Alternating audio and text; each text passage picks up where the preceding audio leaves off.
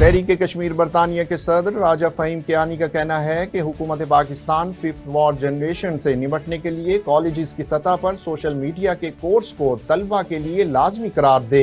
ان خیالات کا اظہار انہوں نے اسپیشل ٹی وی سے خصوصی بات چیت کے دوران کیا۔ فہیم کیانی نے کہا کہ سید علی گیلانی شہید کا مشن ضرور پورا ہوگا۔ تحریک کشمیر برطانیہ جس کا قیام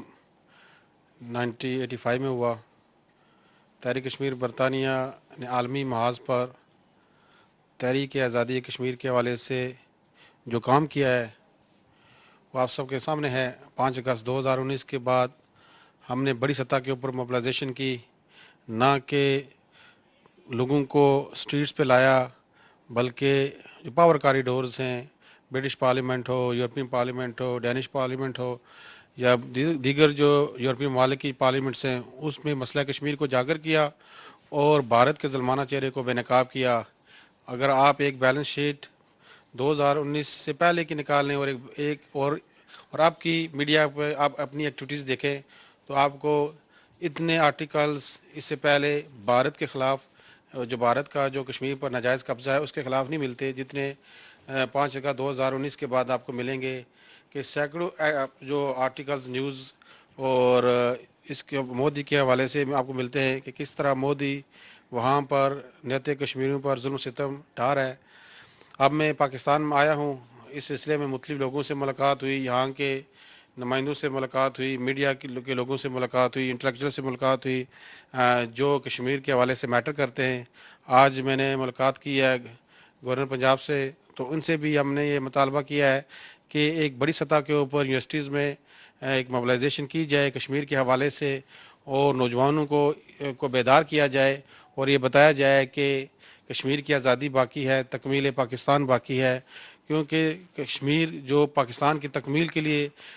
لڑ رہے ہیں اور ان کو پاکستان کے نظریے سے محبت ہے، وہ پاکستان کا جھنڈا جب لہراتے ہیں تو بھارت ان کے اوپر گولیاں برساتا ہے۔ سید علی شاہ گیلانی نے کہا تھا کہ میں پاکستانی ہوں، پاکستان ہمارا ہے۔ تو میں سمجھتا ہوں کہ اہل اقتدار کی یہ ذمہ داری بنتی ہے کہ مسئلہ کشمیر پر وہ اپنی ایگریسو ڈپلومیسی کے ساتھ بین الاقوامی سطح پہ جائیں، اور ابھی یہ ضروری ہے کیونکہ بھارت مقبوضہ کشمیر میں 370 اور 35A آرٹیکل کے ابریگیشن کے بعد وہاں پر وہ تیزی سے وہاں کی ڈیموگرافی کو تبدیل کر رہا ہے، اور یہ جو عالمی قوانین کی بھی خلاف ورزی ہے، وہاں پر ہزاروں نوجوانوں کو انہوں نے پابند سلاسل کیا ہوا ہے۔ ہماری تمام پرو فریڈم لیڈرشپ، یاسین ملک ہوں، مسرت عالم ہوں، آسیہ اندرابی صاحبہ ہوں، شبیر شاہ ہوں، پیر سیف اللہ ہوں اور ڈاکٹر حمید فیاض صاحب ہوں، یہ ساری جتنی بھی لیڈرشپ ہے اس وقت جیلوں میں ہے۔ تو ان کے حوالے سے ایک بڑی مہم عالمی سطح کے اوپر چلانی چاہیے۔ تو میں سمجھتا ہوں پاکستان کا کردار اہم ہے۔ میں نے ہمیشہ یہ کہا ہے کہ ساؤتھ ایشیا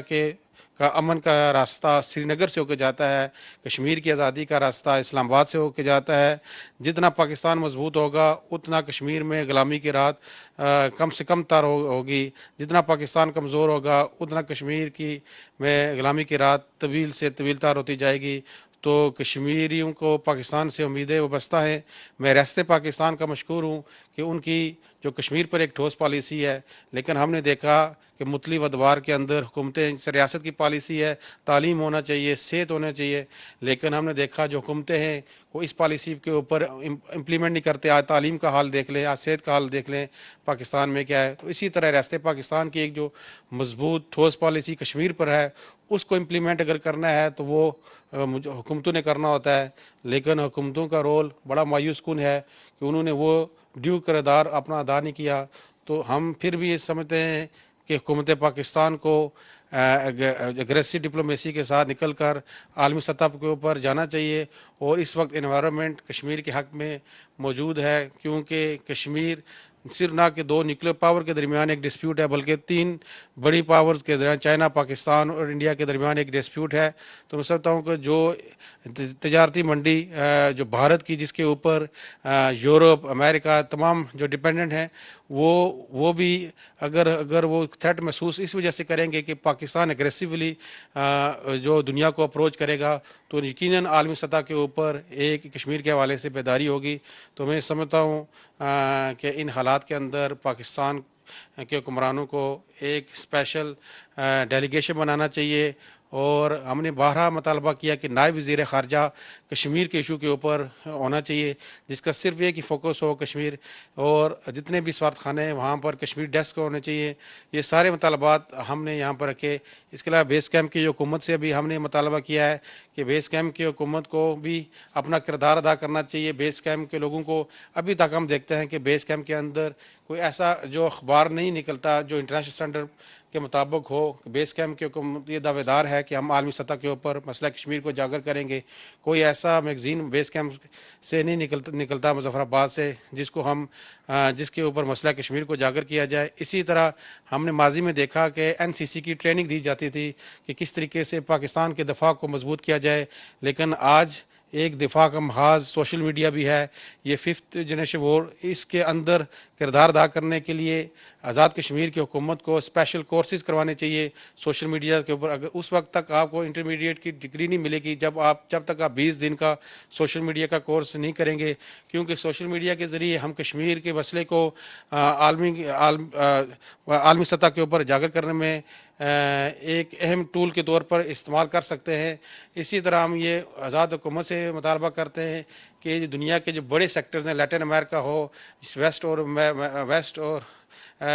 ہے، اس میں امریکہ شامل ہے، اس طرح عرب کنٹریز ہیں، چائنا ہے، رشیا ہے، اس کے اوپر آزاد کشمیر کے طلباء کو انٹرنیشنل ریلیشنز میں PhD کروائی جائے، تاکہ یہاں کے انوائرمنٹ کو سمجھ کر وہاں پر مسئلہ کشمیر کو اجاگر کیا جائے۔ اس طرح کے بے شمار مطالبات ہم نے آزاد کشمیر کی حکومت کو بھی رکھے، تاکہ ان پر عمل درآمد کروا کے ایک بڑی سطح کے اوپر مومنٹم قائم کیا جائے۔ ایک مرتبہ پھر میں اسپیشل TV کا مشکور ہوں کہ انہوں نے مجھے موقع دیا اور اظہار خیال میں نے ان کے سامنے اپنی گزارشات رکھی۔ اسپیشل TV سے فی الوقت اتنا ہی۔ مزید معلومات کے لیے دیکھتے رہیے اسپیشل TV۔